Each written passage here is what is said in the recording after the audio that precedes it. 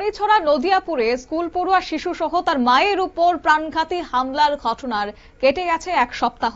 এবার সেই হামলার অপর এক আসামিকে জালে তুলল চুরাইবাড়ি থানার পুলিশ।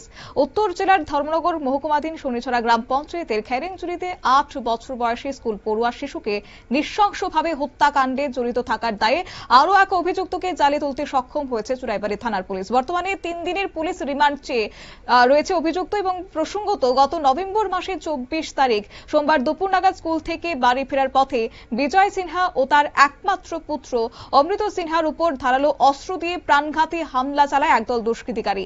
এরপরে এলোপাথারি দায়ের কোপে ঘটনাস্থলে প্রাণ হারিয়েছে 8 বছরের স্কুল পড়ুয়া শিশু অমৃত সিনহা এবং রক্তাক্ত অবস্থায় গুরুতর জখম হয়ে মাটিতে লুটিয়ে পড়ে তার মা বিজয় সিনহা। এবার একে একে জালে তোলা হচ্ছে এই অভিযুক্তদের। বর্তমানে পুলিশের পক্ষ থেকে কি জানানো হচ্ছে শুনুন। অমৃত সিনহা হত্যাকাণ্ডের সাথে যুক্ত একজন তাপস সিনহাকে আমরা অনেকদিন ধরে আটক করি এবং জিজ্ঞাসাবাদে এবং বিভিন্ন তথ্য প্রমাণের ভিত্তিতে ওর এই কেসের সাথে অভিযুক্ত থাকার প্রমাণ আমরা পাই। তো তার ভিত্তিতে আমরা ওকে আটক করি এবং অ্যারেস্ট করি। গতকাল আমরা তাপস সিনহা বাবার নাম লক্ষ্মীন্দ্র সিনহা, বাড়ি নদিয়াপুর, ওকে আমরা মাননীয় আদালতে প্রেরণ করি পুলিশ রিমান্ড চেয়ে। মাননীয় আদালত আমাদের 3 তারিখ পর্যন্ত পুলিশ রিমান্ড মঞ্জুর করে। এখন সে আমাদের পুলিশ কাস্টাডিতে আছে। এখন এই কেসের সাথে বিভিন্ন তথ্য প্রমাণের ব্যাপারে আমরা জিজ্ঞাসাবাদ চলছে। দেখা যাক কতটুকু আমরা এর মধ্যে থেকে আসে, তো ওর থেকে জিজ্ঞাসাবাদের তথ্য আসে। আমরা এখন পর্যন্ত 2 জনকে আটক করেছি। একটা মদন গোপাল সিনহা, ও অলরেডি রিমান্ড শেষে ও এখন জেল কাস্টাডিতে আছে।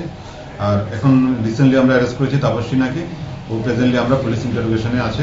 তো এখন পর্যন্ত আমাদের 2 জনকে এখন পর্যন্ত হয়েছে। বাকি ব্যাপারগুলো আমরা এর সাথে কোনো কিছু আছে কিনা সেটা আমরা দিয়ে দেখছি প্রত্যেকটা ম্যাটার। আপনারা শুনলেন ওসি দেবব্রত বিশ্বাসের বক্তব্য এবং এক্ষেত্রে এই ঘটনাতে 34/25 নম্বর এবং ভারতীয় ন্যায় সংহিতার 103(1) 118(2) ধারায় মামলা দায়ের করে তদন্তে নেমেছে চুরাইবাড়ি থানার পুলিশ। অবশ্য এদিকে এলাকাবাসী সূত্রে খবর রয়েছে এই নরকীয় ঘটনার পেছনে মূল মাস্টার মাইন্ড বিজয়া সিনহার স্বামী সহ তার পরিবার জড়িত থাকতে পারে। নিয়ে নিচ্ছে ছোট্ট একটি বিজ্ঞাপন বিরতি, সঙ্গে থাকুন।